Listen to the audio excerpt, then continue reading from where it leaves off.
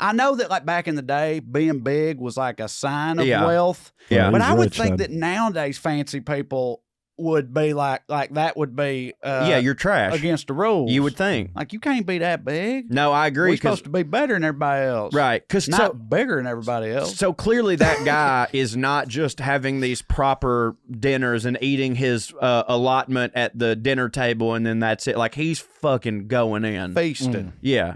Probably drinks a lot, you know, I'd say. It's a thyroid problem.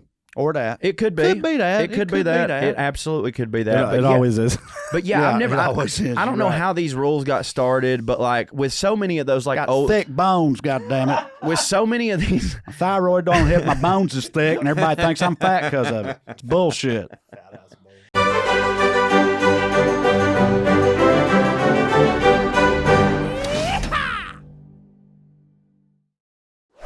Pull it up, Cho. That's right. Here we are. Airstream Studios. Welcome back, Airheads. Getting the beverages ready over here. I'm Trae. That's Corey. what's up, y'all? Airheadians, Or Airheadians, Airheadites. Airheadatians. Airheadations. That's a good one. I like that. Mhm. Yeah. Yeah, we're here. We're hitting. We're We have are. a good time. I'm a little later. I'm going to talk about, another place where fancy people and trash people overlap. Having a whole bunch of kids. So that'll be fun. Disclaimer on that front. That's going to be mostly just us talking about it and hitting. At least that's the idea. I don't have as many, I ain't got as many, stats or whatnot, although it's just a thing we all know that is true. And We're in we'll- danger of going long. We'll establish it for Yeah. sure. So don't you worry your little head about it, Airhead Nation. And then ProCho will be on. I'm gonna be talking about the Battle of Hastings. Yeah, that was a big thing. That was a big thing. Changed a lot of mess. It sure did. Yeah, another Yeah. butterflies wings situation. One of the most. I mean, it's one of those battles. It's just one of the most popular battles that ever happened. I think even if you don't know what it is, at one point in your life, you've at least heard of it. You've heard the phrase "the Battle of Hastings," and yeah, it was a big fucking deal. Big fucking deal. All right, before all that, we were going to talk about forks and shit, table manners, right? Yeah, big Well, thing. Are they? Are they a big thing? I mean, That's one of those things that I always kind of like. And I remember my sister said this to me once. She saw some video or something about it or whatever, and she was totally sincerely, she was like, I didn't think that anybody really did that. She was like, I thought that was just a joke or something. yeah, And she's like, people really do that? I think that they're like they. When I say table manners matter, I mean if yours are criminally horrible, then it matters. But with the actual proper way that these people are supposed to do it, like I mean, I don't like a slouch. Right. But I would never be like, can you believe this motherfucker used the second fork? So just to let everybody know where I'm at as far as that goes, not that it'll be surprising to anybody. Earlier today, I had brunch with our buddy W. Earl Brown. Shout out. Renowned character actor who's from Murray, Kentucky, and a very, he's an old boy. Yeah. A tremendous old boy. But One of the best old boys. One of the best old boys out there. So I was eating Eggs Benedict, and it was really hitting for me because I ain't had no Eggs Benedict in a while. And I, finished it, fucking got all the mess up, was sopping and got the last one. And then I swear to God, as I was eating, I was like, fucking just get going in. You know how I do. Yeah. And I realized at the last bite, I was like, it's quiet. And I was like, Earl watching me. And I stopped and looked up and he was just like, God damn, boy. It's like, was it good? And he's got 3/4 of his omelet left. Yeah, right. Because he's been over there eating like a human, whereas and I'm talking, having a conversation. Exactly. Whereas I'm just a fucking garbage disposal dude, just shoveling it in with no regard for the world or society or my companion or anything. So I ain't good on table etiquette. And turns out, my thing, shocker. My thing too is first off, I've seen you eat. And yeah, you're a billy goat, but not to any level that I would ever be like, can you look at this motherfucker right here? Yeah. But maybe just none of that shit. To me, we're eating. Right. I know that if you're at a dinner party and stuff like that, obviously you need to have a good conversation. And of course, everybody needs to be polite. And if there's like, you know, young people there, maybe don't curse, don't burp. I get that. Now, if you're with your really, really good friends, burp, you know, like that's like if I'm having a dinner party, I'm comfortable with everybody here. But like I get some of it. But like at the end of the day, like if you want to sit there and scrape the sauce off of your plate onto a little piece of bread, I don't consider you a savage for that because you're fucking eating. Yeah. No, Earl said he was like, go ahead, lick the plate. It's fine. He's like, you already done all the rest of it. Yeah. You know, but sort of on that note, I remember like I've talked a lot over the years about like growing up trash and then going into like regular society or whatever. Just to middle class America. Just to middle class and having moments where I realize I'm trash or like things like that. And I had one of those with, it's not really table etiquette, I guess, but it's somewhat related. I went with my old day job. I went to Seattle like on business and we ate at this nice restaurant on the pier where like the waiters got gloves on and shit. You know how that be. Yep. And they came out at one point with this little apparatus, this little utensil that I was like, the fuck is that?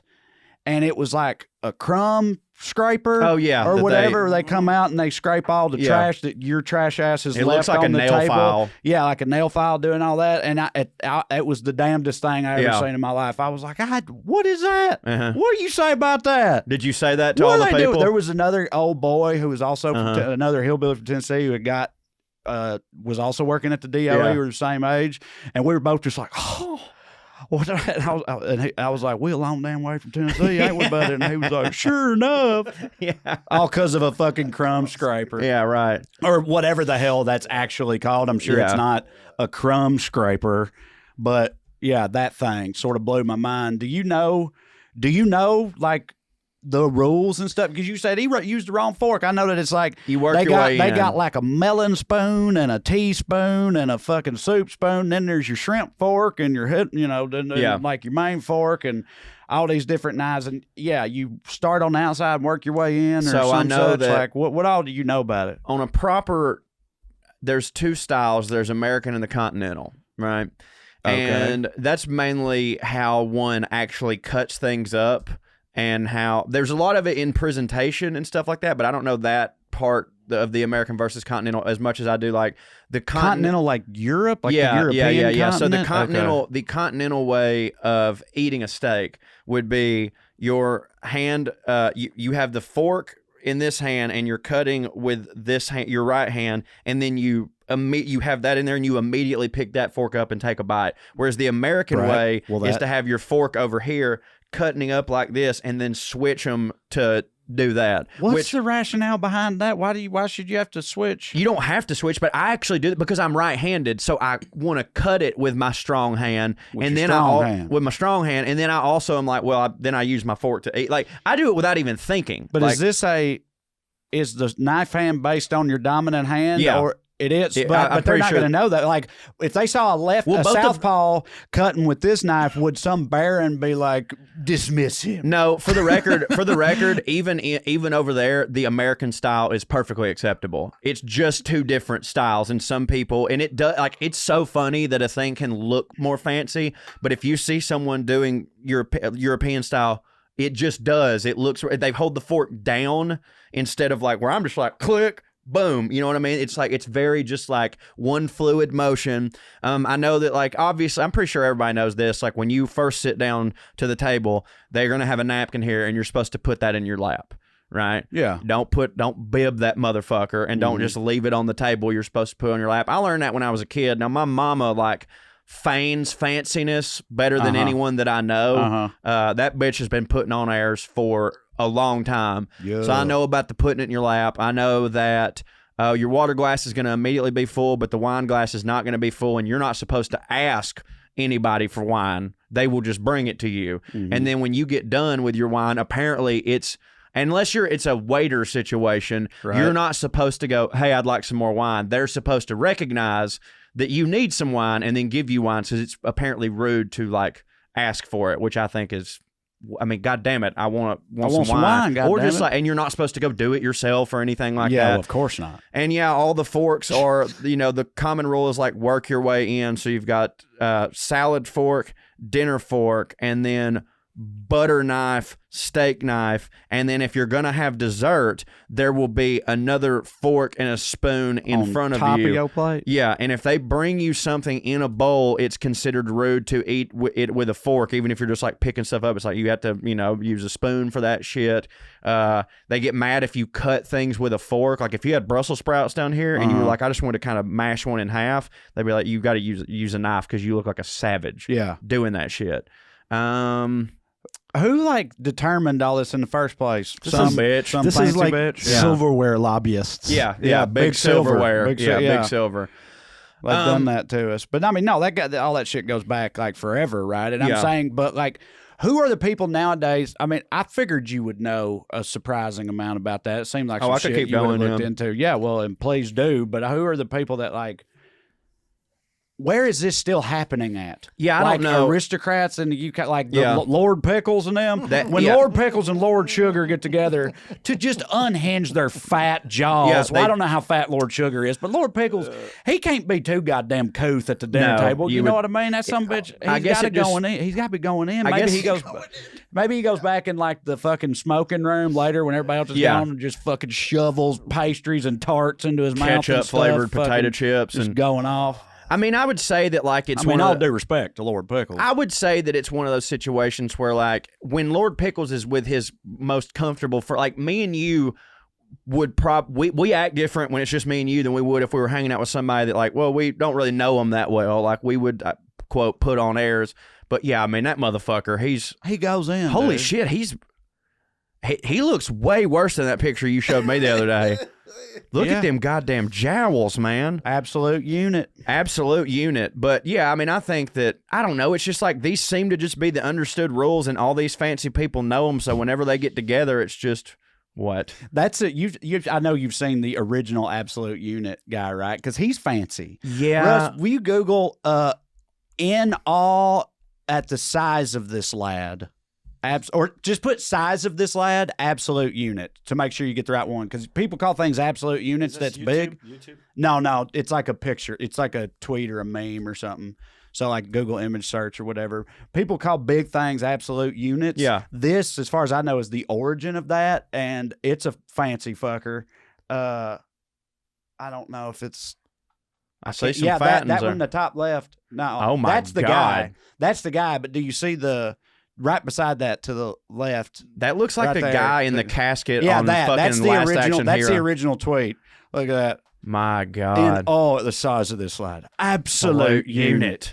And he is. Look at him. He looks like... But yeah, he with the queen. He fancy as hell. Yeah, he looks like the mob guy that's in the casket in Last Action Hero that he farted. Yeah, right. Yeah. Oh, he farted. Yeah, but is that not like... I know that like back in the day, being big was like a sign of wealth. Yeah. But He's I would rich, think then. that nowadays fancy people would be like that would be yeah, you're trash. against the rules. You would think. Like you can't be that big. No, I agree. We're supposed to be better than everybody else. Right. Because Not bigger than everybody else. So clearly that guy is not just having these proper dinners and eating his allotment at the dinner table and then that's it. Like he's fucking going in. Feasting. Yeah. Probably drinks a lot, I'd say. It's a thyroid problem. Or that. It could be. Could be that. It could be that. It absolutely could be that. It always is.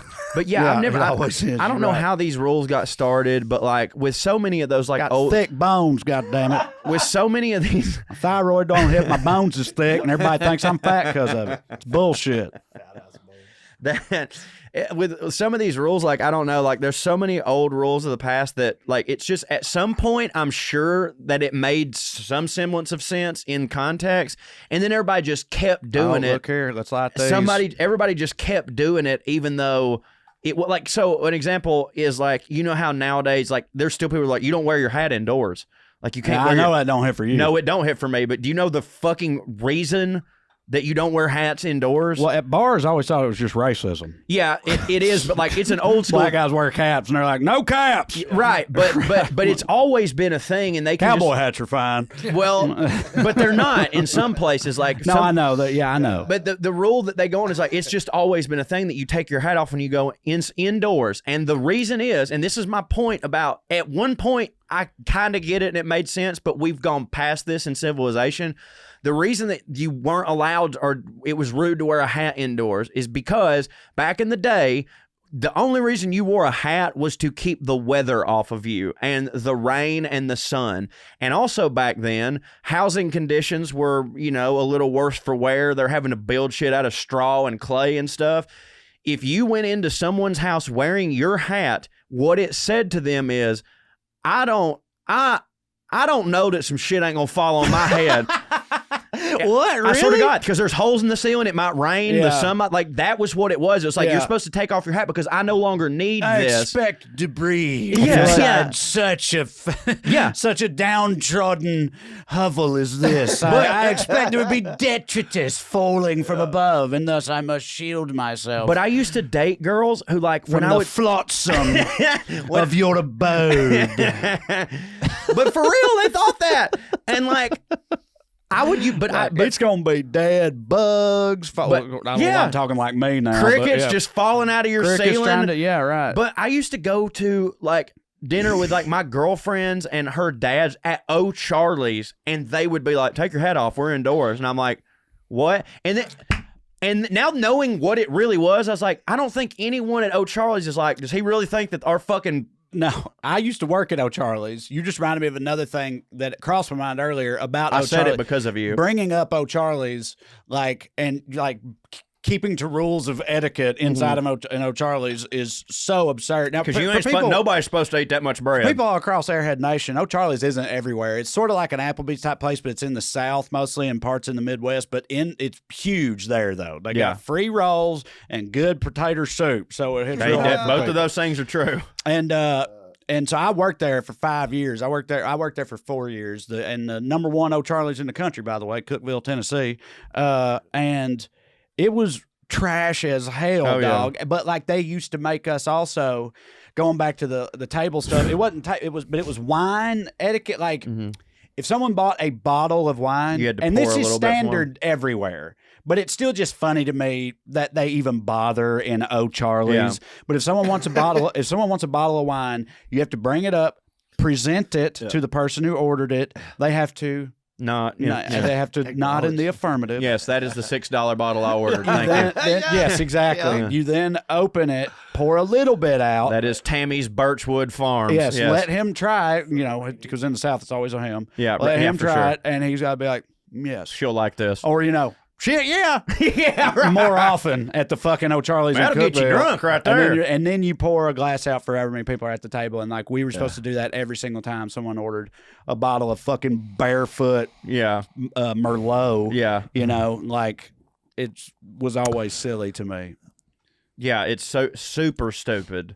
Super stupid. It's also stupid to me that they made y'all wear collared shirts at O'Charlie's. We had to have our shit dry cleaned. I know. You told me that, and I was like, so dumb. I can get the collared shirt, but dry clean? Are you fucking serious? Cleaned and pressed and starched and all that. All of y'all could be. What about O'Charlie's? And that was coming out of our pocket too, by the way. I know. Like we had to pay for that. Yes, I know. We got paid $2 an hour. Yeah, and they were making it, plus tips, but they were making your entire day's wage is spent at the dry cleaners. Yeah, that the amount of money the company paid us, we had to spend all that on dry cleaning. Yeah, basically. And there's no way that everyone was doing that. No, there was definitely motherfuckers coming in there looking like they slept in their clothes and shit. But they would try Trae was clean as military. Yeah, like they would check.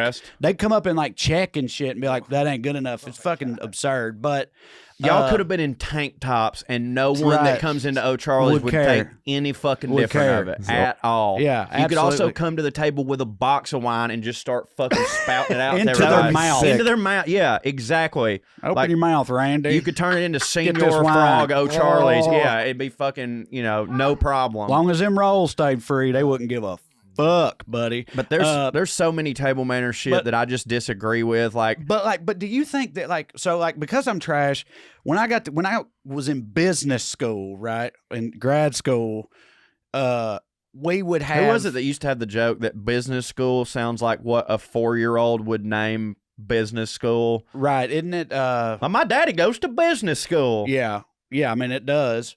But I was in grad school for business. Mm-hmm. I don't know if everybody calls it business school. I know they do. School. Yeah. Okay. Oh, anyway. it's the nomenclature. All right. So when I was in business school, we would have to go to these like fundraiser dinners sometimes, and they were always like suit and tie shit or whatever. It's business school. They're just trying to like replicate business shit. I don't know, but I'm fucking trash from Salina, and so like I used to get in my head a lot when I would go to those about all that shit. Like I'd be like, I don't know the rules. Yeah. I don't know what what I mean. It's like I put that in my lap, put the napkin in my lap. I what? Yeah. I don't know, And but like, do you think just like only the very like fanciest, fucking poofiest people notice still all of it. Do all that for shit, sure, right? For sure. Like if you're just with like people with money, like fucking, or like the dean of a college or something. It's Tennessee Tech University, especially like well, if you're not doing all that, right? Because you remember when we were kids, like one of the first how many people are doing all this is what I wonder. Not people that me and you ever hang out with. That's right. for goddamn sure. But like the first one, I think everybody kind of gets told, no matter what class you are, it's just, or at least you've heard it before, is don't put your elbows on the table. Right. But if someone ever tells you don't put your elbows on the table, I implore you to go, why? Right. And watch them fall apart. Yeah. Because like I don't know. The only thing I can think of is that back in the day, people's elbows, but these wouldn't be fancy people. These would be like dumb little kids. Like their elbows would be greasy or something, and they don't want to put soot on it. Covered with all that chimney shit. But if that's what you are, then who gives a shit? Half fucking rotten pieces of bread thrown at them to eat in a fucking gutter. Right. Like, they weren't fucking like that's what they wasn't never sitting at a table. Who's got money for a table? Yeah. A table. Yeah. Food at a table. Have you ever seen the like? Or it was something even Not dumber. For me, it can't be. Like some witch told them eat mud. Or it was even dumber. It was even dumber back then. Like some witch told them that like elbows were the eyeballs of the arms, and so like that's where all the devil's secrets come, and so you couldn't touch it on. I'm making that up, obviously, but like it's just as dumb as any fucking thing they had. Sure, it's like I was kind of put my elbows in there. Like, no, don't do that. And I'm like, so I was sitting like this. I'm like, that's not why. I don't fucking get it. But yeah, I don't know. Like one of the times this is my cracker scraper moment was, and I'm not trash. I didn't grow up trash, but like we were an O'Charlie's family. You know what I mean? Like O'Charlie's, we went to those places. Like we didn't go to my mom would cook nice meals. I mean, just so everybody knows, a lot of like well-to-do people, the church crowd and shit, and like they also go to O'Charlie's. It's just that a huge amount of trash patronizes O'Charlie's as well. I just say this. So it's both. I just say this because I want to set it up because like, it's a running joke. Like I grew up in a house with a name, which is true. But at the end of the day, like my mama and daddy were both very new money, so they were raised redneck, poor as fuck. So like none of the shit about them really changed until like way later. So like we were in O'Charlie's family. My mom's making fucking hamburger helper beef stroganoff every night, which I wouldn't trade for the world. Hell yeah! I'm glad that hamburger helper holds up, dude. It does. I'm just saying, I'm so glad that when I was a kid, my mom wasn't like making salmon fritters and pilafs and shit. I mean that would have hit too, but like. We ate trash shit. Oh, trash ate salmon patties. Right. Yeah, right. Salmon patty, that canned salmon, smush it, fried up. My mama cat used to make them. They fucking smash. I've got a buddy, and I won't say his name because this is so stupid. Okay. But we used to go over to his grandma's house all the time, and she made salmon patties, which were fire. She was really good at it, and he would be like, remember one time he was like, yeah, you want to go over this is the first time, you want to go to my grandma's house? She makes the best salmon patties. And I just go, it's salmon. And he goes, what? And I go, it's salmon, not salmon. Like you don't pronounce the L. That's the thing. He goes, no. But when it's patties, you do. And I was like, what? And he goes, yeah, like it's a piece of salmon, but when it's patties, it's salmon patties. All that had happened is that's how his grandma pronounces it. So in his mind, it's like, no, it's a and he got mad at me. He almost hit me. It's funny because it's kind of like you had that joke about ramen. Yeah. How did it go? You're like, if it's because I called them ramen noodles. You're like, no, if it costs 15 cents and you I can't, if it costs 15 cents for 3 packs of them and you ate it at 3 o'clock in the morning drunk butt naked on your couch, god damn it, it's ramen. That's ramen noodles. Yeah, that's ramen. Right. Well, so it's like, because maybe salmon patties aren't like white trash, but I feel like no, they I'm talking about right. So it's like I know he wasn't doing a bit, but I'm saying I could see how that he's like, no, like fancy people, they eat salmon. Yeah, right. This shit is salmon. If he was patties. doing that, that would have been hilarious. Right, but he meant it. Yeah, I maybe thought he was kidding for a second because I started trying to correct him. He got so mad because at the end of the day, I realized like, well, because I'm correcting his grandma. I was calling her wrong, and like he almost fought me. Like he almost got mad. I was like, fine, it's fucking salmon or salmon. I don't know. It's fucking salmon. These look pretty killer.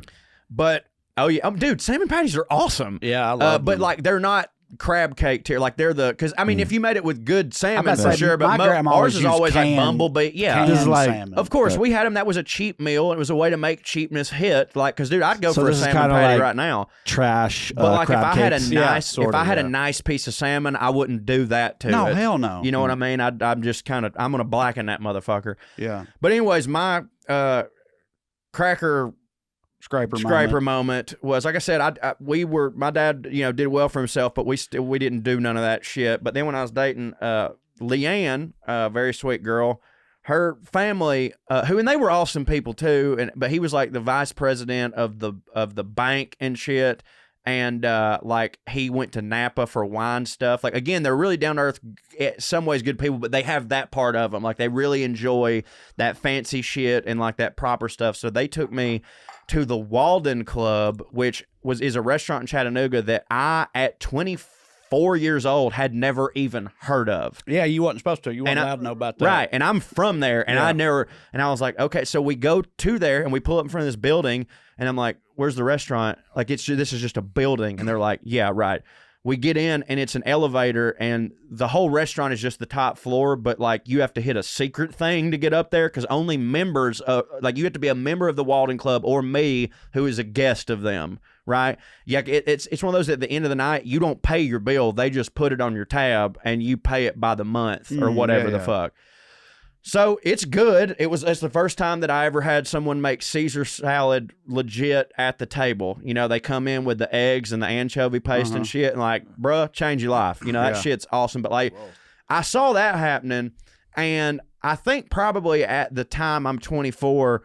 Obviously, I ate it because I'll eat anything, but I do think I remember being like, wait, you can just put an egg in that? Like, you can just okay. I mean, look, if that's what we're doing, I'll eat this fucking raw egg. But like that alone freaked me out. I was like, what the fuck? And they had a cracker thing, but like I got it immediately, I think. And it wasn't that I didn't get it. It was more like, I can't believe they take the time to do that. I guess, that there's who wipes the trash off their table. I guess you just keep eating. Everybody knows that. Because ain't nothing wrong with trash on the table. Because my introduction to this restaurant was me literally going to a secret floor on a building that nobody knew existed. By the time the cracker duster got out there, I was like, yeah, why wouldn't they have that? Well, between meals, I didn't realize that they serve palate cleansers, and the palate cleansers that they served was this really nice, it's sherbet, I guess, but it's fucking sherbet. That's what I call it. It sounds, even though I know that technically it's sherbet, anytime I hear somebody say sorbet, right? Hold on, there's sorbet or sherbet. Sherbet. It's funny because you're kind of doing the salmon thing now. Yeah. That's one of those things. It's like Berenstain Bears. I think a lot of people. It's always been sherbet. Yeah, but a huge number of people, me included, always called it sherbet. Yeah, but that ain't it. That ain't it. It's sherbet. But anytime I hear someone say sherbet, I'm like, you've said sherbet your whole goddamn life, and now you're just trying to look smart. Call it fucking sherbet like all us wrong motherfuckers have forever. It's sherbet, goddammit.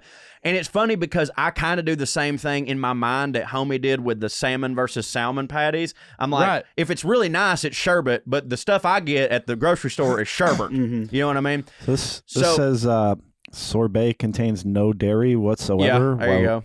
Sherbet contains a little sherbet. No, so sherbet.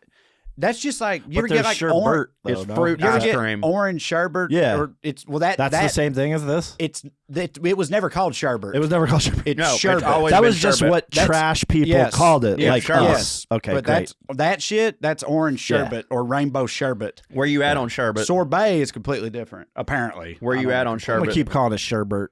Yeah, that's what he's saying too. It hit for me real hard when I was a kid. I'd rather have not any other, but I prefer other flavors of ice cream now. It's wild to me though than because you're sherbet. such a fruit guy. I know, you're right. I mean, love. yeah. Like, I mean, if you had to, one of them had to go. It's sherbet because I want some caramel, I do- some I do- waffle cone pieces. I do too. But some you know, sometimes Nizzets, you're just in that fruity, refreshing vibe. And anyways, they serve little tiny dishes of pineapple sherbet as a palate cleanser. And I remember it was pineapple because it fucking smashed. It was awesome.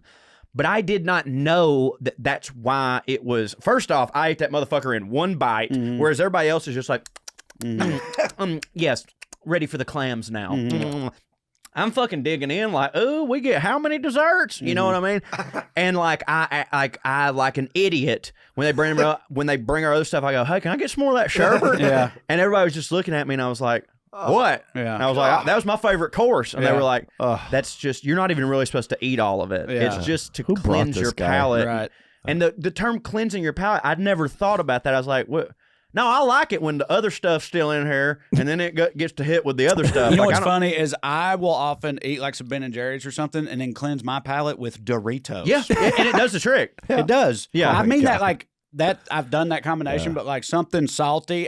I need something salty after having something really sweet to And- cleanse my and that- palate. It's just I do it with trash stuff. But isn't that then the vicious cycle? yeah, Because hell yeah. no, because like I eat something salty, and then after that, my brain goes, "You need dessert." Yeah. and I have the dessert, and I go, "I just eating ice cream and chips until you I'll- pass dude, out. I do that. I also sprinkle a little bit of sea salt on top of my ice cream. It ain't nothing wrong with that. No matter what the ice cream is, like my chocolate chip cookies, salt, all that shit. But then after I eat that, I'm like, I need a piece of cheese. And then I'll eat the piece of cheese, and my dumb fat fuck brain goes, time for dessert, baby. Creme brulee. I don't think I can get a whole segment out of it, but I feel like eating cheese by itself Yes. is both. Yeah, Yep. rich people have fucking fancy, yeah, right, versus poor people and fucking just eating a brick of Kobe Jack.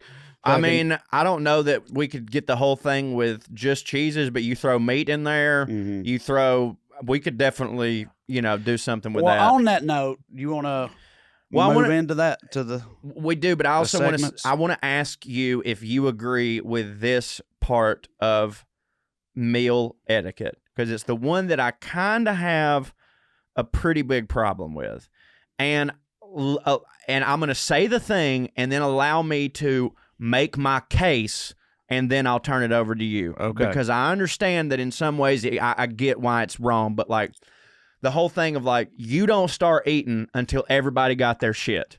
Okay. Now, if we're at a restaurant and they're bringing out our stuff and I know that it's going to be getting to us in a timely fashion, of course you just do that because whatever, I understand. But like, when we eat at my mama's house, we often do like a bunch of family style stuff. And so like everybody will be like, come in here and make you plate. Yeah. And so it's always like, all right, ladies first, but they'll be over there fucking squawking about something. Yeah, fuck all that. And so I'll make my plate and then I'll go sit down. For sure. And like I'm sitting there and I'm like, okay, 1, 2. I'm gonna count to 40 because everybody has had the opportunity to get their shit. And they'll just be in there fucking off forever. And I'm sitting there. That ain't it. And sometimes it'll be a dish that like is kind of temperature reliant. Like it'll be like Sure. a dish of pasta Yeah. that's just got out of the thing. And it's like, be all well, congealed and and so shit. like they make fun of me all the time because they'll be in there fucking around. My dad will start a story, and you've heard my fucking dad's stories. He'll start a story, and so at a certain point I'm just like, all right, fine. And they'll all get in there, and I'm done. And then they're just like, oh, somebody had to get started. And I'm like, yeah, I took the warm pasta out of the bowl, and I sat here, and it's 10 minutes later, and y'all still ain't fucking in here. I don't have to adhere to that fucking bullshit. Fix your goddamn plate and come the fuck in here. And also, if we're at a fucking restaurant, and I'm sorry that your fucking meal got fucked up. I'm so sorry that your meal got fucked up. But, like, ours are here. In that situation, in my opinion, because I have so many times I have been the guy who they give everybody else their plate and then they're like, oh, we're still working on yours or whatever. Yeah, right. Like not because Just not because I order anything special, Just because you don't hit for them, just because I don't hit for them or whatever. or the like universe said you don't hit, so you gotta wait. Happened to me so many times. Me in that scenario, every single time, I will implore everybody else, like, please, Jesus, do not wait on me. Y'all go ahead. Like, it would bother me knowing that people are being polite, sitting there waiting on my food just because the restaurant. Yeah, I would feel horrible. Whatever. So, yeah, that's what I would always do. I think in like a more formal setting, I totally get waiting till everybody gets it. In a more formal setting, you're getting your shit at the same time everybody is. Such a trash family and background that like Katie's whole family, none of them, everybody just sort of gets in where they fit in, and it's not like a big thing. Also, in my family, my sister is so chronically late to everything her entire life. Yeah, right. There's been so many times where Meemaw, that's another thing, too. Just like, Meemaw's like, we ain't waiting on her ass. Yeah, right. Go ahead. They're all late, too, and sometimes. She don't care. Paige will show up, and we've all eaten, and she knows the deal because she's fucking late as hell. Yeah, but like... So, yeah, dude, I feel like that when you just play that by ear, in any of the scenarios you laid out, I'm totally with you on. I feel like any reasonable person would agree. I just wanted to get that off my motherfucking chest. How long do you think this lad will give you before he starts eating? Oh, buddy. Oh, yeah, no. It's fucking all bets are off, dude. Fucking welcome to the show. You eating with that guy. Dude, 3 homeless could live in that jacket, bro. Like, that motherfucker. How he with the queen? He runs a... He don't run shit. He don't run for shit. That motherfucker might gallop once if he sees a fucking ice cream truck. He is in charge of one of the poshest, fanciest hotels in London or somewhere in England where the queen often goes there. And he is the manager of that. He's in the restaurant business? Yeah, no shit. So... It is August. It is hot. But it's time to bring that summer heat into the bedroom, and the temperatures ain't going to be the only thing rising this summer, baby. That's right. This episode is sponsored by our good friends over at Blue Chew. Guys, confidence can take you far in life, and it can also help in the bedroom, especially when it comes time to step up to the plate, a.k.a. the wiener, butt, or vagina of the one that you love, and that's where Blue Chew comes in. Trae Crowder, tell them all about Blue Chew. Blue Chew is a unique online service that delivers the same active ingredients as Viagra and Cialis, but in chewable tablets and at a fraction of the cost. You can take them anytime, day or night, so you can plan ahead or just be ready whenever an opportunity arises, a wiener opportunity, that is. The process is simple.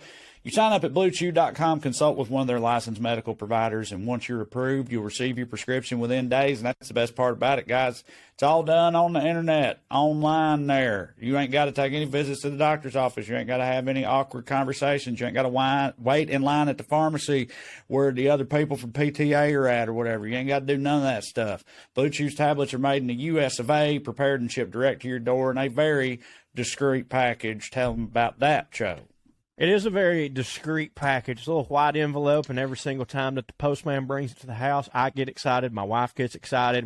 I just don't see a situation in which we do the business without the Blue Chew. Because as I said, my wiener's fine. It's just that why would you want a fine wiener when you could have a super hittin' wiener? And with Blue Chew, you get a super hittin' wiener. And if you could benefit from some extra confidence and a more super hittin' wiener when it's time to perform, Blue Chew can help. And we got a special deal for our listeners. Try Blue Chew for free. That is FREE, free, when you use our promo code POA at checkout. All you got to do is pay $5 shipping. That's $5 for the biggest, hardest dick you've ever had. That's BlueChew.com, promo code POA to receive your first month for free. Visit BlueChew.com for more details and important safety information. And we thank Blue Chew for sponsoring this podcast. Anyway, all right, let's get into it. I was just going to say, having a bunch of kids, it's fancy and it's trash. Now, I realized in thinking about this and looking into it, because having a bunch of kids on purpose. This was another Katie suggestion.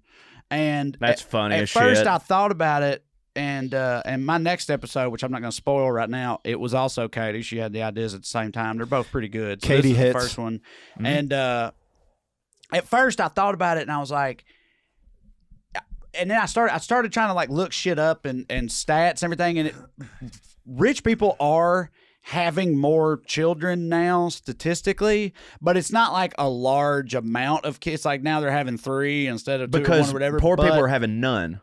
I mean, millennials are famously not having kids. But But trash, they stay fucking. Yeah, yes. Trash without always condoms. Trash always gonna have a whole bunch of trailer babies fucking Yeah. all over the goddamn place.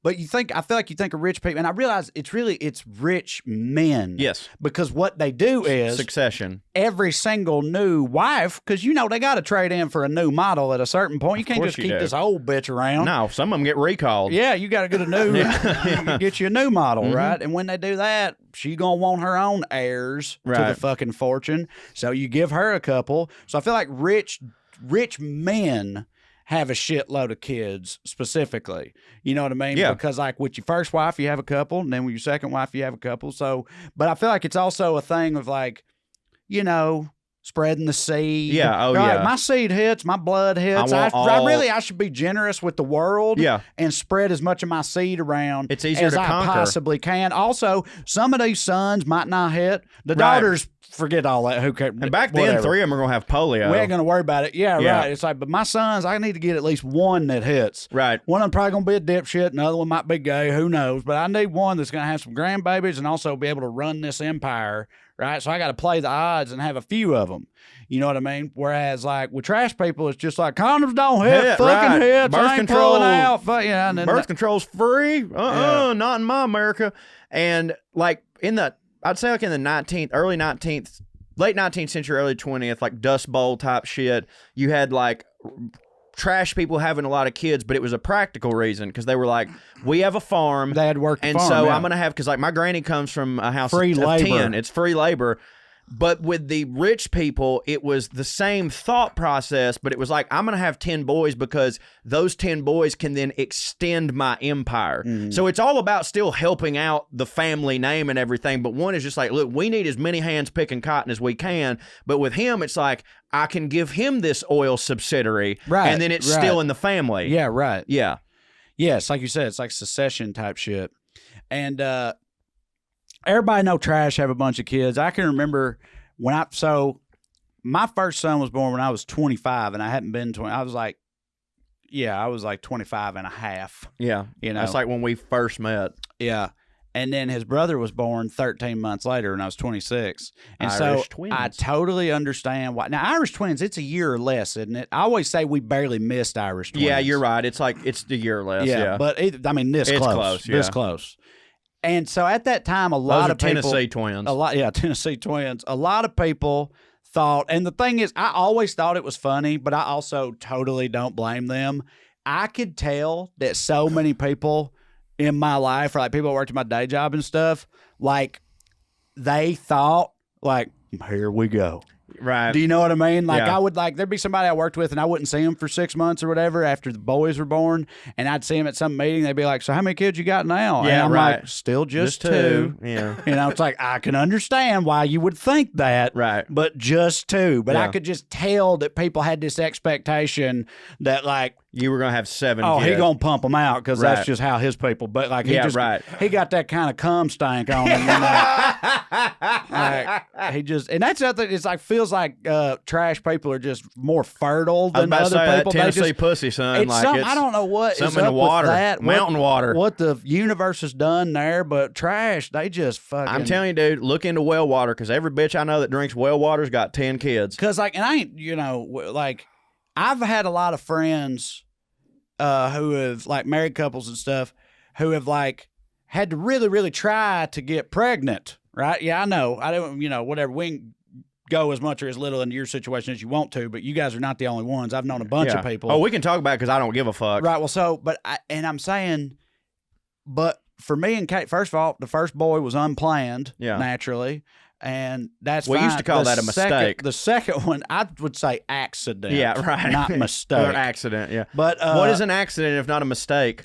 An accident is a mistake that hits for you. Yeah, or right. can hit for you. Yeah. You can have a happy accident. Yeah, for sure. A mistake is automatically negative. Yeah, right. Like, I don't feel like he was a mistake. No. But he objectively was an accident. Yeah. I mean, Well, that's different. Yeah. You're acting like them two things ain't different. Those two things they are different. I think some have started as accidents and then became mistakes. For sure, dude. You know what I mean? Most of them, probably. Yeah, right. But anyway, so I've known a lot of people that like decide we're gonna have a baby, right? Them and their spouse, and then it's a whole fucking thing. Fertility doctors and treatments and all this stuff, and it's all. But for me, it'd be like, man, what? Yeah, right. Because like we had the first one on accident, and then after that, Katie was like, we knew we wanted more than one, right?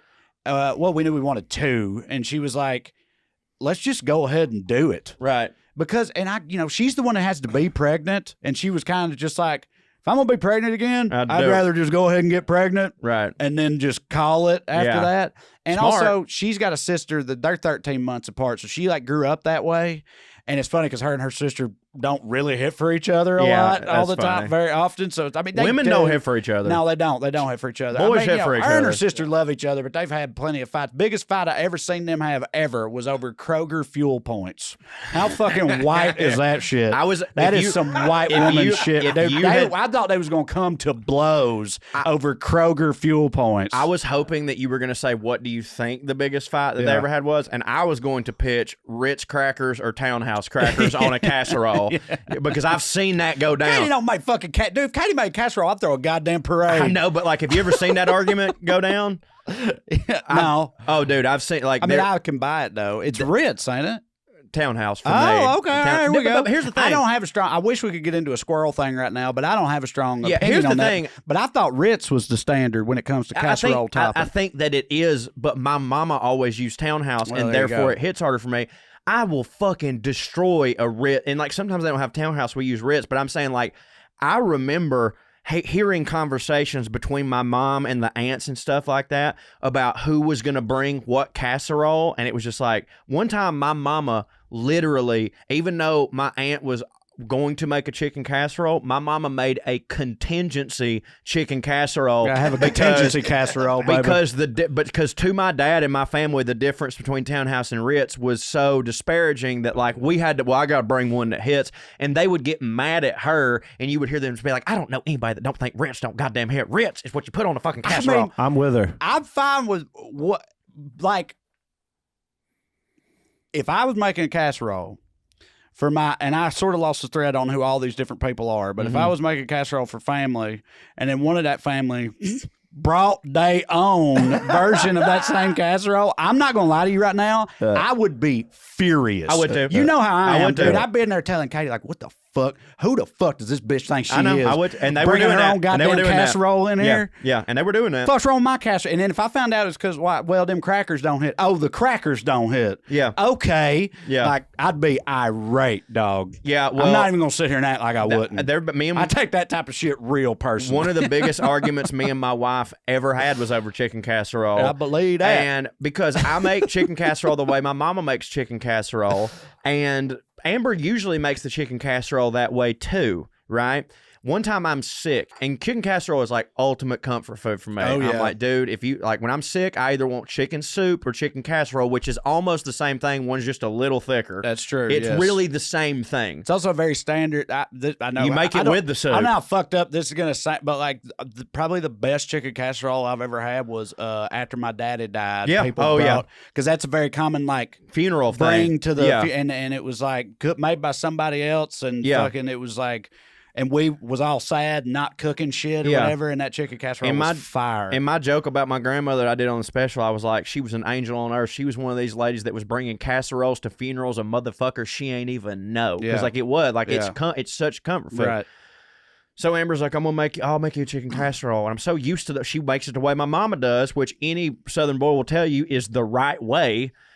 And she decided to use her fucking dipshit friend's recipe, which has almonds in it. No, that ain't it. Now here's the thing. Just in a vacuum, it is tasty and tastes good. It's just not the thing that I wanted. And it also has rice in it, which rice has never fucked anything up except for her friend, as you may remember from 30 seconds ago, is an idiot. And she wrote the recipe wrong down and didn't realize that you have to cook the rice before you then put it in the casserole to heat the casserole up. Like, just putting the raw rice in there, it's not going to get hot enough to cook rice was crunchy? Crunchy as shit. Bro, that's not even... That's trash. That's a mistake. I know. That's a strike. That's not a happy accident. That is not a dish. Yeah. That's a fuck up. You got to get rid of that. Or, I mean, I guess you could bake it long enough eventually. But the crackers would then burn. Oh, the crackers would then burn on top. The crackers already on it. It's a done deal. You just got to start over, No one gives dude. a shit if the rice is too mushy. That'll make it hit No, harder. but fucking do crunchy rice. So, that's not. I'm sick, and I made the mistake of just going, this ain't it. It ain't But it. I wasn't, like, in my mind, I was not mad at Amber. I was mad that I was mad at her dumb fuck friend and her recipe. And I was kind of mad because I was like, I'm sick, and you know the way to make this that hits for me. And you have made this bastardized version of it, which don't hit. And I told her, I was like, listen, I'm not saying that this in and of itself doesn't taste good. I'm just saying, I sound so misogynistic right now. No. You know how to make it the right goddamn way, and you chose to make it not hit. Yeah. Why do you think you got slapped last time, huh? Didn't you learn nothing from this? Goddamn. Well, I said all that to say that casserole arguments they end in slapped. Casserole arguments end in slapped women. And they permeate my family. Casserole arguments. I might one day have a special called Corey Forrester Casserole Arguments. Yeah. So anyway, when me and we had the first one, and Katie was like, "Let's just go ahead and do it if we want another one." And I was like, "All right." And my point is, we made that decision. Took Bishop to grandma's, went to Tunica one weekend. 9 months later, baby brother. Yeah, right. Like, first time, that shit makes Amber so mad. First time. Like, we were like, yeah, I guess we could do that. That'd be fine. And then she's, throwing up to, 6 weeks later, like, here it comes. Yeah, right. And fucking, like, it was nothing. To the point that I was like, almost worried, because I was like, Lord, my cum hits too hard. My cum hits too hard. We're gonna have to really watch this. Right. This is too hard. It's hitting too hard. Prepare thine asshole. So that's where So that's where all the trash babies come from.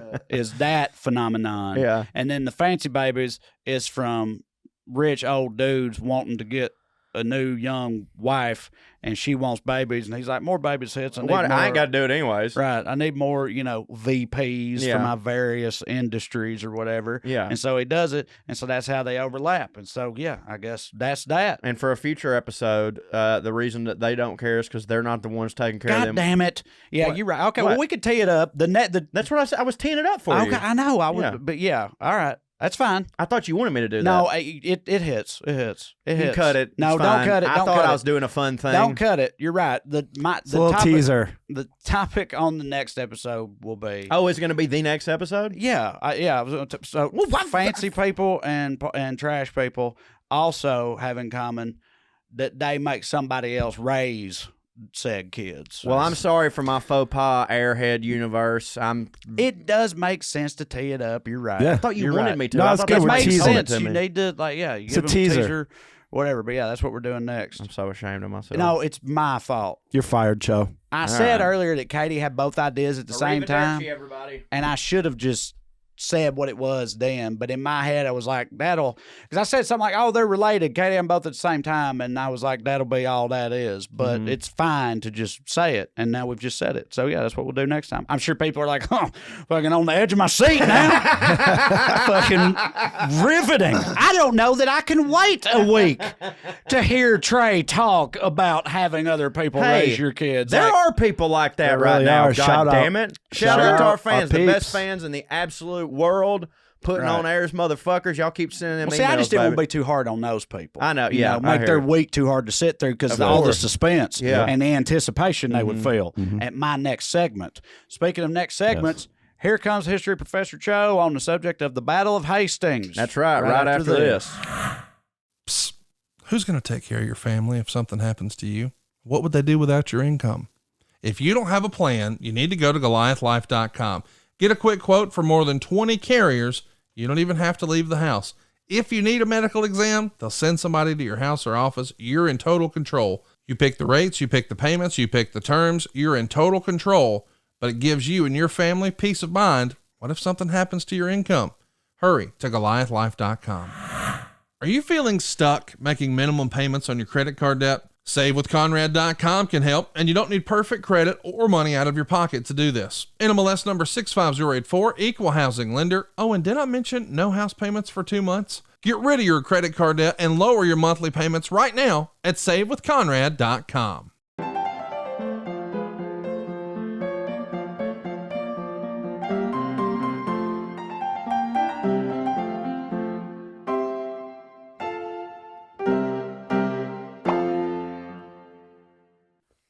All right, welcome back. Let's do it. History of Professor Cho on the subject of the Battle of Hastings. Although a couple of quick things on the last segment. Producer Russ found, I guess, the people that hold the record for the most kids ever. It was Valentina Vasilyev. Valentina Vasilyev and her husband, Fyodor, are alleged to hold the record for the most children at the total of 69. Nice. Yeah. 16 pairs of twins, 7 sets of triplets, and 4 sets of quadruplets. That's crazy. Between 1725 and 1765. That's that peasant pussy, dog. Dude, that bitch hit for the cycle like 3 times. Yeah, that's insane. And the only other thing I want to say, peasant pussy. the only other thing, they was just falling out into the field. Absolutely. By the end there. Yeah, she just out there fucking hoeing or whatever. Dog, goddamn, 4 babies. Her shit looked like Willie Nelson after a Fyodor, while. 4 more babies. Yeah. The only other thing I meant to say was, like, you know who else was a rich motherfucker that had like 40 kids or something like that? Was Osama bin Laden's daddy. Oh yeah, he did, didn't he? You know, I remember bin Laden's hit, didn't they? They did hit, yeah, apparently. As far as that goes. But that family, they did hit, and I can remember finding that out, and I was like, dude, goddamn, you mean like even in the terrorist game, right, rich kids are the ones that hit. Like, yeah, you like find out about somebody hits, you look into their background and they're a rich kid, and you're like, of course they are. Yeah, right. It's like even with terrorists, it'd be that way. Yeah, you can't just be a poor like, terrorist. Even the hittinest terrorist of all. Now, if you're poor terrorist, you just blow yourself up. Right. But all the terrorists that do stuff, like, they're fucking trust fund kids too. It's ridiculous. It's like, why not do that? I know. But I'd much rather not do that. Me too. Being a terrorist up. seems like it would not hit. I agree. I've always thought that being a terrorist wouldn't hit. Although they seem to be having fun with it. Seems to hit for them, yeah. So, all right, Battle of Hastings. That's 1066, right? The Norman conquest, William the Conqueror, when he came up from Normandy and changed everything about England and how it worked, like forever from that point on. Yeah. Yeah. Okay. It's so crazy. I don't know the details of it. I just know. I didn't either until today. I know what it is. Yeah. So 1066 also is something. This might be the oldest thing I've ever talked about. I mean, yeah, that's a long time ago. It don't even seem real. I agree. Like, it almost, when I hear 1066, I'm like, all right, what movie are we watching? You know what I mean? But like, that's fucking crazy, especially when, like, I was actually thinking about that the other day of, like, you know, when you was in school, we all took U.S. history. Mm-hmm. That's like the thing that we took was U.S. history. And, you know, it took we did one class 1 year. But like, that's 230 years. Right. We kind of got it. When you over there and how long are there fucking... Y'all didn't get taught none of this? We did. Say, we had this in high school. We did, but like, it was more extensively U.S. history because that's our shit. But over there, it's the opposite. And this was very much Cliff Note stuff, but we went over all this in high school. Likewise. No, but I think he's just saying there's just way more history to know. Like, of course. Like, even if they just hit the Cliff Notes, like, dude, like, I just can't even fathom that they're not able to. We're literally, all the highlights of American history, we have touched on. To get to just the highlights of their history would take an unfathomable amount of time and school, and I just, like, it just kind of blows my fucking mind. Hearing the 1066. I mean, yeah, if you wanted to, you'd probably teach an entire class on just like Alfred the Great. Right. Who was like the first major Anglo king. Yeah, who is before all this. Because this is a huge part of their history, and we don't even exist for 700 more years. Yeah. That's fucking crazy. More years. That's super fucking crazy. Right, yeah. So, yeah, the Battle of Hastings, it was on October 14th, 1066, and it was fought over what other than the English crown. Mm-hmm. So back in 1051, Edward was king, and they called him Edward the Confessor because I guess he just confessed to a lot of shit. Mm-hmm. I don't know. Like, confessing. He was just like, I can't keep his mouth shut. We did that shit. Yeah. Like, I just always snitching. But should have called him Edward the snitch ass motherfucker. Oh, snitching ass Edward. But so he didn't, surprisingly, he didn't have any sons. Which I didn't read any of the info to it, but I have to assume, like, that means that he couldn't. Right. You know what I mean? Yeah. It's not like his wife couldn't, because if the wife couldn't, they threw them Chop off her of a head bridge. off. Yeah. Right. Yeah. So I have to assume that he couldn't, and it's just so funny and so clear of how, I mean, matter of fact, a lot of times, even when the man couldn't, the wife still got her head chopped off and thrown off a bridge, even though she could have. That's what I'm saying. Like, we talked about that with Henry VIII. They were like, actually, it was probably his fault that they were having all daughters, not his fucking wives. But, like, of course, it was their fault. But, yeah, like, he runs through all these wives not having kids, and they're still like, I can't believe none of these bitches can have a kid. And he's not ever looked at as like, oh, you must not be the unholy chosen one because your seed is not strong. It's just like, no, I guess we've just picked the wrong women for this guy. So because of that, the assumption is that he was going to designate his cousin William to be the king whenever he died. He even sends this feller named Harold to Normandy to confirm to William that he had done this, and he's going to pledge his fealty to William and swear to defend his claim to the throne. Is Harold. Well, this gets a little awkward when on Edward the Confessor's deathbed, he, I guess, makes his final confession and tells everyone that, like, nah, actually, you know what? Harold's going to be the king. I think Harold. Yeah. I think Harold, what? Do you have his full name or whatever there? Harold the Norman. Was that what it was? I don't know. I can't remember. Go ahead. Let's look it up what Harold was. And because of that, boom, Harold's the king. And this did not hit for William. And so he's just like, and he's like, well, fuck that. I'm going to gather an army. This was particularly scary for Harold on account of William controlled every harbor from Schled to Brest, which I looked up. And unless I'm mistaken, they're only like 8 hours apart by car. But like back then, 8 hours apart by car is like weeks on a horse. Right. So like this is a pretty big area that he controls, but it would be like me controlling everything from Chattanooga, Tennessee to Columbus, Ohio. I guess that's my fucking territory. I mean, that's pretty good little territory. No, it is, but I'm saying nowadays that's not that big of a deal. But back then, it's like we're all having to travel on horse. Like, you know, in fucking Game of Thrones, it took the king like 2 months to go ask what's his fuck dumbass to be the hand. What was his name? Which hand are you talking? The first season. Fucking Ned Stark. Yeah. Well, that was the first season. In later seasons, they just zipped teleported around. Yeah, they zipped around. So not only that, but his father-in-law was the regent of France, and Pope Alexander officially endorsed William's claim to the throne. So he had the power of the church behind him, which this is, 600 years before Henry VIII would tell the church to go fuck themselves. So they were even more powerful then. It's like, look, if the church is behind something, like that's kind of probably, going to be what's up. So he gets all these Norman barons to support him. And because of this, they'll recruit soldiers from all over France, Spain, Italy, and some other countries. I don't know shit. Do you know about Brittany and Maine? Maine, no. Brittany, like the Britons, like B-R-I-T. No, Brittany like Spears. Oh, no. Yeah. No, that's I know. A place? Yeah, that's what it spelled like. It threw me for a loop. And I was was that in France somewhere or around probably, France? It's probably in France. Maine, no, I have no idea. So this motherfucker's got French soldiers, Spanish soldiers, Italian soldiers, and Brittany and Mainish soldiers on his side, and they're going to go fuck Harold's shit up.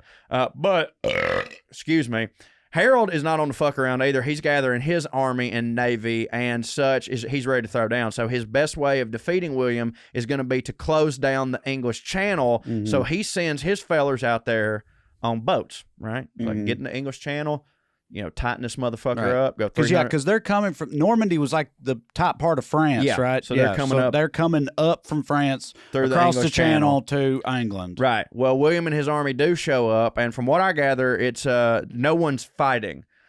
Like, I might be wrong, but from the several articles I read, it seems like they show up and they kind of just stand there playing chicken with each other. Like nobody's firing. Like this is 1066. There's no cannons. Like, right? I don't know. I don't think so. No, this is still just all swords. Yeah, and shit. I'm pretty sure that they probably had like some trebuchets or catapult. They have catapult. They definitely probably had catapults, but like I'm pretty sure that like catapults was a shit. Cannons were like in the 1300s, and it got started at the Edinburgh Castle. Whoever was in dominion over that were the first ones to get cannons, and they sat them up on the hill, and that's how they were able to like hold it weren't that. The Chinese. Oh. Well, the Chinese may have been the ones they stole them from. Okay. But like in far as English history, I'm pretty sure that like the Edinburgh Castle in the 1300s was the first people like cannons. This is the new shit. I bet that was some shit. I could be talking out of my ass, but in 1066, I'm pretty sure that gunpowder had not been like utilized yet. I don't think. Yeah. I think you're right.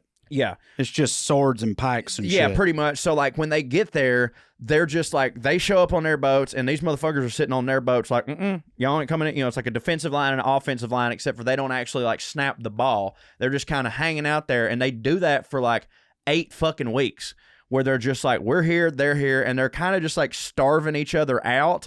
And Harold and them actually, like, run out of food quicker and have to, like, retreat and shit.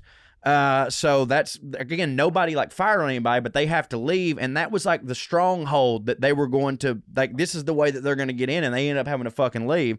So about this time, a feller named Harold III Sergeson, who was the king of Norway, shows up with 300 ships ready to fuck. And he too had a claim to the British throne, and he starts. Oh, he was separate? Yeah. He's not on either side? It's a third thing? He had a claim. Fucking wild. Yeah, he has a claim to the British throne too. So it's like Robert's fucking brother or something like that, where he's like, no, me, Stannis. Because like everybody back then would just make these absurd claims to the throne. And it's so funny because it's like nowadays, it's like, I don't know if this has always been the case in American politics, but nowadays it seems like no matter which side gets elected, the other side is like, they stole it. They stole the election, or like, no, count the shit up. And now that's just the thing. No matter who wins, each side is like, they fucking stole it. The Russians did this. Well, back then, no matter the fucking... Yeah, but that's a truly unfortunate recent phenomenon in this country. Like, I know. But back, we really ought to get away from that. I agree. But back then, that was like the standard, of course, because like everyone wasn't voting and it shit. Wasn't voting. Everyone had like some. Well, no, actually, technically, I should be because of my blood and because of this. Also, because they all fucked each other and fucked their cousins and stuff, so they had all these like sort of tenuous claims to the throne, but some other person might not hit. So they're like, no, I hit and I've got a claim, and so like. Yeah, and it just fucked the whole thing up. Even Harold Godwinson. Yes, he's going. So, but even though the king literally appointed this guy, like it's like you can't have more of a claim than the king on his deathbed saying, I don't know. I feel like they was so much about blood and everything back then because William was his cousin, right? Right. Yeah. I mean, you know how they was with blood? No, I know. It's like, you can't just make this motherfucker whose blood don't hit the king, even though you the king. We need somebody's blood hits in here. So somebody that fucked his cousin. He should have ruled just from this mustache. I know, he hits. Is that Harold Godwinson, or is that? Yeah. So, I mean, that's pretty, that's pretty regal. So Harold Sergeson, that's Harold Godwinson, right? And then, but Harold Sergeson is the Harold Norway Sergeson guy. is the new dude that shows up, and he defeats this guy named a Viking motherfucker. His name is Edwin, who was the Earl of Mercia. Was it Mercia? Mercia? Yeah. Would have hit harder, but when I read Mercia. that, you know how that's how DJ spells like America? America, yeah. So I just read the Earl of Mercia, and I was like, how many Earls of America do we know? Well, yeah, that'd be a hotly contested title right there. Right. Earl Brown would be like, bullshit. I'm the Earl of America. I'm the Earl of America. Yeah. But no, Mercia. Yeah. Okay. That was a place back then. Well, that don't hit. He's the Earl of Mercia. Sorry, baby. Well, he whoops our ass in heavy battle at Gate Fulford. So this battle, really all it did was fuck up shit for both of these dudes as far as the claim to the throne goes, and they sort of both leave like tails tucked. This guy's come in and fucked some shit up. So September 27th comes, and luck was on William's side as he was able to cross into England completely unopposed with an army of nearly 8,000 some bitches just ready to do work. So he gets to the coast of Hastings and began to explore and, quote, ravage the area. What?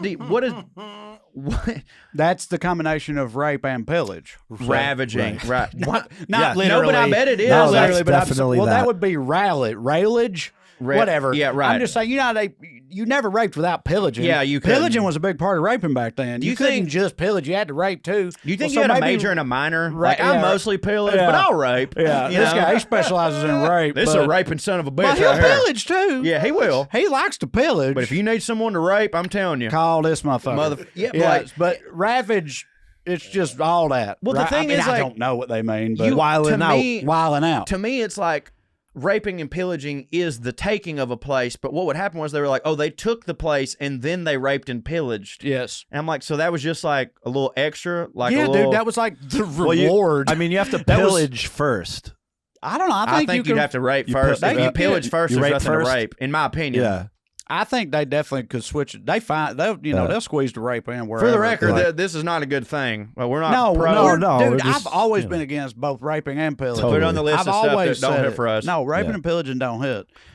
But yeah, ravaging there, is it like that's like what Sherman did? Yeah. Wouldn't you say? Yeah, Sherman he burned the shit to the ground. But wouldn't you call that ravaging? Yeah, that was, but I don't think they burned the shit to the ground. They just they might have. I just mean they go in, they eat really, everybody's really food, going in. When yeah. they say ravage the area, Yeah. they really went in. Yeah, okay. That's what it means. I think. That's fair. That's just such they didn't a wild. annex it. It's so funny in my mind. I'm like, I thought these were good guys. So by October 13th, Harold had enough of this bullshit, so he decided to march on down there and kill them motherfuckers. The only problem is his army of 7,000 was made up of pretty well mostly untrained peasants. Of course. It was just a bunch of dudes who was like, you pitchforks. yeah, get down there, light them on fire. Do I stab the horse or what? Is that okay? I've got some horse stabbing stuff coming up. All right, cool. Yeah. And to make matters worse / dumber, he is rushing in where William already is instead of letting him come to him where he's got this great defensive position and William's probably about to go to it, but he gets like greedy and he's like, fuck it, we got to go down there. No, it's not it. So he totally gives away his position. William, of course, hears about the oncoming attack and decides to strike quickly and immediately begin battle. So now the attackers become the attackee, and William has archers and crossbow motherfuckers and big heavy artillery sons of bitches. And I'll remind you that Harold had but stinky sheep herders, right? Mm-hmm. But these dudes are it's Hawkeye going against fucking your cousin Kenny Ray. No offense. Hodor. Hodor. Yes, exactly. So William's fucking them up. Matter of fact, a lot of them were just straight up, they were just running away because they were just like, getting shot with an arrow, that ain't it. I don't want that to happen. So they start running. Harold tries to get the remaining sheep herders to form a shield wall, which is, where they put all their shields up and just sit there. So like, y'all can't, y'all can't come over here. But shield technology, big shield, like it didn't hit back then. Like it was all rinky dink. So it was super flimsy, and William's army just kept throwing javelins literally through horses' necks. Yeah. That's the horse stuff I had written down. They were just like, look at that. And if they don't have their horse, they're kind of fucked. So they were just like picking off horses left and right. Williams got his archers at close range, lighting everybody the fuck up, but those dudes are, they're taking a pretty severe beating from Harold's slingshot fellers. The herders were like, well, we got, we know how to use a fucking sling. So they're pounding motherfuckers on the head with rocks and shit like that. William pretended to retreat twice. He pretended to retreat twice, and it literally was like him doing a fake spike. Yeah. In football, like he would pretend to retreat, and they would all let their guard down for a second, and then when they had their back turned, they'd be like, "Psych!" Yeah, and he'd turn around and start shooting them motherfuckers in the backs with arrows and shit. Gotcha. Yeah, you really believe that shit, huh? Yeah. So hey, you see that? They totally fell for that, dude. Omaha, fucking got him. Yeah. So I bet you I can do it again. And he did. How much you want to bet I can do it again? He did there because they're like, surely this motherfucker. He never fought for it 2 times. Bet you he does. Watch this shit. Oh, I believe this. We're going home. Oh no. Yeah. I believe this falls into the shame on me category. Yeah. So his archers are going wild. And one of them actually hit the jackpot as allegedly he stuck an arrow right through Harold's eye and through the back of his fucking head. So this is pretty much over because they're now leaderless. It was easy for William to finish what he started and win one of the most important battles in English history. William was crowned king soon after on December 25th. And then this is why it's important. And I got this straight from the Britannica Encyclopedia. Was that Christmas Day already or no? Do you know? At 1066, probably not. Yeah. No, I would say probably not. I mean, they had the Lord, but I don't know if they definitely had the Lord, but it wasn't, honestly, like before we started. Wasn't no Santa Claus. A lot of people always said, like, no, Jesus was probably actually born in July, if you go by, like, what the story they tell. So probably not. I'm pretty sure that, like, it being in December is a very commercialized thing, I think. We could talk about that on another episode at some point. And this is why it's so important. I got this from the Britannica Encyclopedia, so I'm just quoting here. William's victory at the Battle of Hastings brought England into close contact with the continent, especially France. It led to the almost total replacement of the English aristocracy with a Norman one, which was paralleled by similar changes of personnel among the upper clergy and administrative officers. English was superseded in official documents and other records by Latin, and then increasingly in all areas by Anglo-Norman. Written English hardly reappeared until the 13th century, and also because of this, they were speaking a lot more French too. So Old English, the Old English as we know it was gone, and the modern English as we know it is an amalgamation of all this. Have shit. you ever like looked up like Old English? It's crazy. Like they got there's like YouTube. You need a videos of cipher. It's not. It's Old English, but it don't look like no kind of English. No, it doesn't. To me. It's a completely different language. So that mixed with the Norman shit eventually evolved into what we call English today. Yeah, which I always thought is like America speaking English is kind of apropos because it is in itself such a melting pot of other languages. You know what I'm saying? Like it was the French, the Latin, and then they just kind of slowly started being like, well, this makes sense to me. This makes sense to me. Don't put a fucking K in front of that shit. What are you doing? Right. You know? And so, yeah, how we speak is directly related to this battle right here.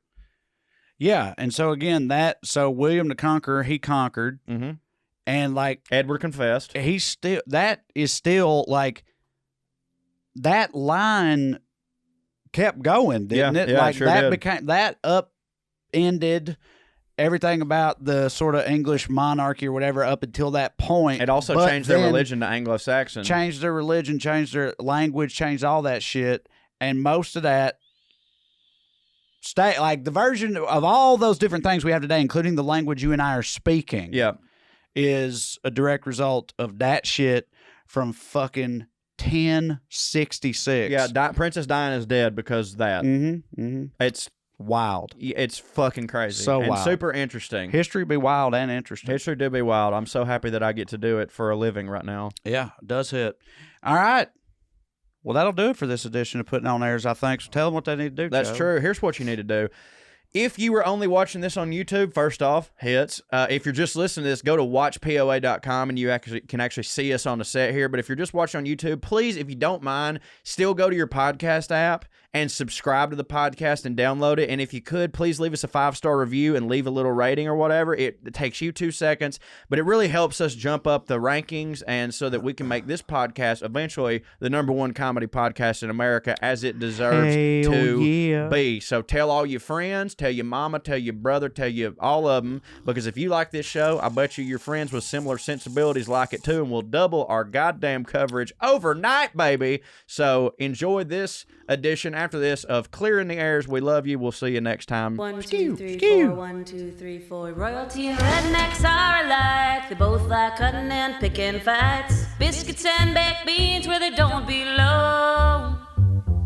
Sit on down with Corey and Trae and learn some fancy shit today. We'll laugh a little even when they're wrong. They'll take you to a magical place where if you call someone a cunt, nobody cares. They keep it debonair at Puttin On Airs. Puttin On Airs. Puttin On Airs. Puttin On Airs. Well, Hey, buddy. I got my Not too Eagle long for we're in flag shirt person. on. Yeah, I love the Eagle flag. I got my Muscle Shoals Swamper shirt on, so we're representing trash pretty good today. Much cooler. Yeah, I used to wear this shirt out and about all the time, but I just don't anymore for the most part because I just know that anybody that sees me in this shirt is going to be like, there's a guy with like snake flags, right? And like, right. and they're either going to then think, gross, I don't want anything to do with that guy. Or they're going to be like, I need to show that guy my snake flag back in my, which is arguably worse. Invite that guy to the meetings. That's way fucking worse, dude. I don't want no part of either of that. I'm okay with people not wanting to talk to me in public. That's for fine. Sure. But That's I'm not. great. But when someone sees that and thinks gross, it's for a specific reason. They think I want to like lynch people and stuff, and I don't want people thinking that about me. And I definitely don't want people who also want to lynch people thinking that about me. You know what I'm saying? It's not a good look. So I just have to I just sort of, rock the Eagle flag shirt in my own abode and whatnot. But here we are on Clearing the Airs. We did, what was that? What we talked about having a bunch of kids. Chairmans. Yeah. And you was what? What was you? I talked about the Battle of Hastings, which is another example of me learning from myself again, because I had totally forgot so much of that shit, and I spent the majority of my re-listen this week going, oh, wow, that is fucking interesting. Well, I'm going to be honest. I don't know if it's just, we've talked about this before, but the way we do this show specifically or what, but producer Russ got a few episodes ahead a few weeks back, and he sent us multiple episodes at once to listen to for these purposes, right? So I listened to them all at once, which means I re-listened to this episode about maybe 10 days ago, maybe 2 weeks, but probably not, a little over a week ago. And in that time, I have already, once again, completely forgotten most of what we talked about. And I didn't re-listen to it while drunk, but what I remember thinking, at least, was that nothing struck me as something we needed to clarify or apologize for. Those may be famous last words, but I didn't think anything about this episode, so hopefully it hit for people. And yeah. Well, for the record, that's what the emails are for. Usually we don't know when we're wrong. That's sort of our biggest problem. You know what I mean? Sometimes we it's not, well, I don't mean, first of all, like I said, there's been plenty of times where I've listened to this and I've known immediately that we were wrong. Yeah, and I mean, and I do mean factually or whatever. Right. But I mean, when we say something that you listen back to and you're like, all right, well, we'll see how that plays. And so far it's mostly played pretty well. Yeah, I mean, tune I'm in enjoying next the show. week. That's all I got to say about that. Yeah, for sure, man, for sure. I'm super excited to get to come see you here in a couple days so we can record some new episodes. I'm pumped. It's always been different the couple times that we've been able to record, having the show already been out and us knowing and us having the positive feedback. It's a different energy. It feels good. I know that we're putting out something that people really enjoy, and we do appreciate y'all sending us the emails over at puttingonairs@gmail.com. Also, apologies if I'm out of breath. I'm still recovering from COVID, and I'm finding myself having to do a couple more of these every now and then. So we appreciate y'all. Thank y'all for leaving us the 5-star reviews, all that good stuff. And we do have a couple, speaking of long-winded, emails this week from puttingonairs@gmail.com. I know. If you'd like me to read those, Trae. I don't not want you to read them. Okay, well, here we go. This is from Brandon Mail, and the subject line is Suggestion and Story. Hello, Corey and Trae. Recently, Cho told a story of mine about choking at a Cheddar's on your sister show, and since I only have 2 good stories, I had to share the other. Also, thinking about it inspired a possible topic suggestion for Puttin On Airs. I have noticed that both rednecks and rich people love collecting old artifacts from war, although the items and means of collection vary greatly. Wealthy people spend millions acquiring antique but often pristine weapons and armor, while rednecks use a metal detector to find old bullets and coins in the mud near battlefields, an actual activity I remember engaging in with my father. Me too, by the way. And even though I was raised red and it didn't stick, I still found myself inadvertently discovering one such item, though sadly only having it temporarily. My wife and I married in 2008, and we moved into a small house in Red Bank, Tennessee. Hey, baby, right up the road. Right What's down the up, road. neighbor? Yeah, buddy. The previous owner left some brush and bricks in the backyard. While clearing it, I noticed a smooth, round stone in the ground. After digging it up, I realized it was not a stone, but a cannonball. I was so excited, I called a bunch of friends and family to tell them about my new treasure. My stepdad and a buddy who loved Civil War history both asked if there were any holes in it. I bragged that there wasn't a single hole, so I had a bona fide intact cannonball. What I didn't know was that cannonballs weren't just heavy, blunt objects thrown at soldiers. They contained actual gunpowder, and if there was no hole, then technically it's still explosive.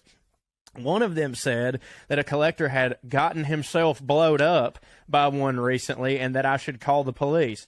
I thought that was silly since I dug it up and had been tossing it around, but I called them anyways.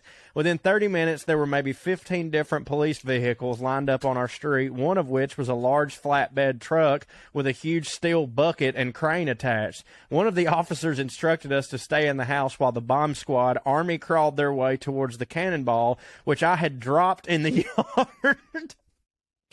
After about an hour, they rolled this thing into a package built to contain letter bombs, placed this container in the bucket of the crane truck, and then drove away, leaving us with only questions and concerned neighbors watching the whole ordeal. I should have called them and asked what became of the cannonball, and we could possibly keep it once it was safe, and I was already embarrassed enough telling them I was juggling an explosive device before they got here. I would love to hear you guys discuss how both rich and poor love war and any items they can get their hands on. Also, I am certain that Corey, who lives in a Civil War town, has plenty of stories on local townsfolk finding Confederate treasures. Thanks for all the laughs, Brandon Cranford.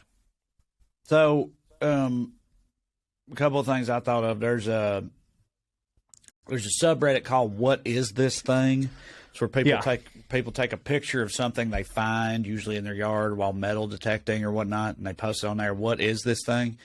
And I'm not like a frequenter of that sub, but it pops up on the front page and stuff every now and then. And in my somewhat limited experience, I'd say roughly 75% of the time, the answer to the question, what is this thing, is unexploded ordnance, which could blow you to pieces at any given point in time. Please don't throw it around in the yard. Or, I feel like there had to be some rednecks who found those things before and just immediately start throwing firecrackers at it, or just trying to Joe explode Dirt. it. Like Joe Dirt, putting it in a barrel of gasoline, fucking shooting a Roman candle in that direction or whatever.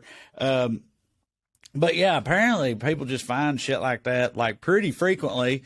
On a related note, I heard a story recently when I just did Dumb People Town, which is a great podcast with the Sklar brothers and Dan Van Kirk. I just did that, and one of the stories that we went over on Dumb People Town was this family. I can't remember where they were from, but they were visiting Israel. Mm-hmm. And while in Israel, they found some unexploded ordnance. Mm-hmm. And wanted to take it home with them. Yeah. So they brought it to the airport and walked up and were like, hey, what's your unexploded bomb policy? They didn't literally say that, but they walked up to her and were like, just letting y'all know, we do have a bomb. It's fine. It's fine. We have no intention of exploding it. We just want to take it back to Florida or wherever they were from. Yeah, right. Definitely Florida. And, you'll never believe this, but them Israeli security people did not react overly well to that. Really? Yeah. I mean, they didn't, the people, they just swarmed them, got the bomb, got it out of there, much like in Brandon's story, and then made those dipshits fly back to where they came from. Bombless. But yeah, those are my unexploded bomb stories. I remember a big ass rocket looking thing being in the front yard of some old papaw in Salina. It was definitely some war shit, but I was war dumb back then. I'm still pretty war dumb now, but I don't know exactly what it was. But there was definitely people around who did that sort of thing for sure. The coolest artifact story I guess I have coming from the Civil War town, as he mentioned, was in our yard. We went metal detecting one time, and at the bottom of the front part of the yard, we found a half of a horseshoe, and then later at the top corner of our yard found the other half of that same horseshoe that maybe had been exploded. Right? Who knows? Yeah, that's about as cool as most metal detecting stories usually get. Pretty much, yeah. It's like, found some old shit. We have a metal detector, and we fucked with it. We ain't never found a goddamn thing worth a single shit fuck. Anyway. Oh, we found a ton of stuff.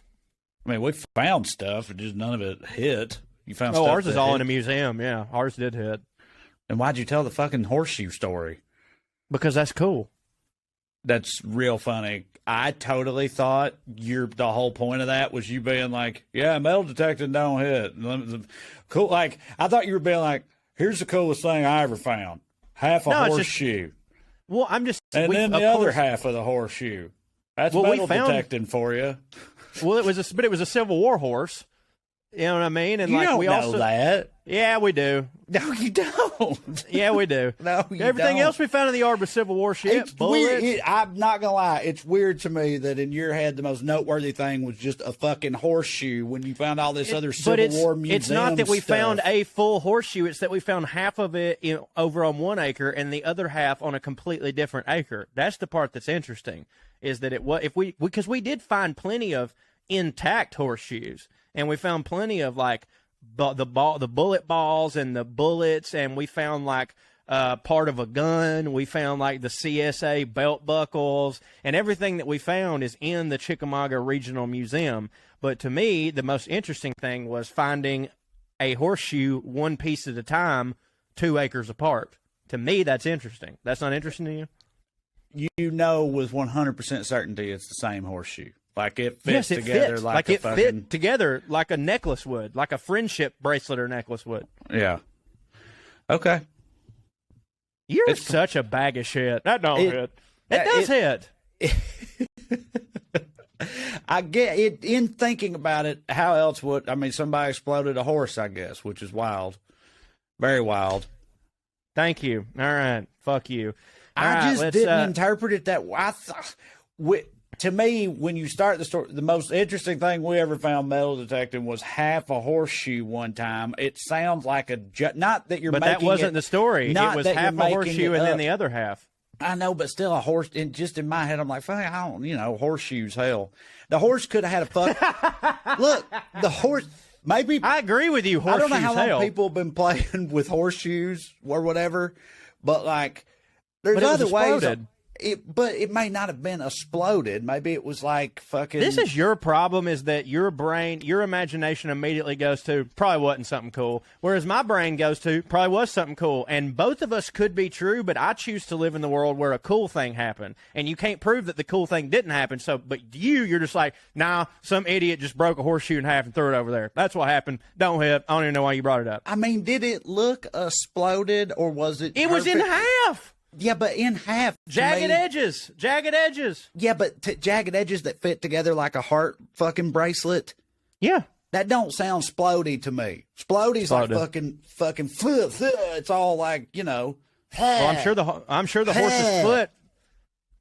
Well. All right. This is from Lee Chisholm. The subject line is Franz Butterfly Effect. Corey, your ProCho Franz Ferdinand was good, but you missed the best part. Allow me to nerd you up. Franz was never supposed to be king. The true butterfly effect took place to put him in power. Emperor Franz Joseph and Empress Elizabeth had a son who was groomed for the throne. Daddy Joe was an old-style, rigid conservative and aligning with Germany. His son Rudolph was his opposite, a sensitive man prone to liberal tendencies. Queer. Rudolph never felt, they didn't say that, I did. Rudolph never felt he could please his daddy and was famous for whoring. He had an unhappy marriage and many affairs, which resulted in him making his wife infertile due to, syphilis. In January of 1889, the 30-year-old Rudolph and his 17-year-old mistress were found dead in an apparent murder-suicide at the hunting estate named Mayerling. Much cover-up later, the throne was to pass to old Joe's brother Carl, who said, fuck this shit, and renounced his claim in favor of his son, Franz Ferdinand. So if Joe had loved his son, if Rudolph didn't love porking whores, and if Mary hadn't agreed to the murder-suicide pact, a previous mistress had said fuck nah, the struggling Austria-Hungary Empire may have transformed into something that didn't piss off the Serbs and the Black Hand, leading in part to World War I. I'm frankly shocked, clutches pearls, that you missed an opportunity to talk about porking whores, STDs, and daddy issues. And it was a great segue from wigs and STDs. There are also alternative theories that it was a suicide pact and botched abortion suicide or a double murder. They provided a link. Anyways, love you guys and all of the Skuniverse. You all got my boyfriend and me through the quarantine. Thank you, Leah and Derek. Well, that's pretty fucking good shit right there. Yeah, it is. I appreciate how it started with, hey, great segment. and ended with, "You really fucked that up by not doing this." I agree. That's really great. But to Missed a defend golden myself, opportunity to really make it to talk about horse, but sure, yeah, but fine. To defend myself a little bit, the whole segment was exclusively on the assassination of Franz Ferdinand. So, like, I agree. Dude, if I'd have known that shit, totally would have talked about it. But, like, that would have been a completely different podcast. If you like us talking about pork and whores, I will reiterate from earlier what I said. Tune in next week.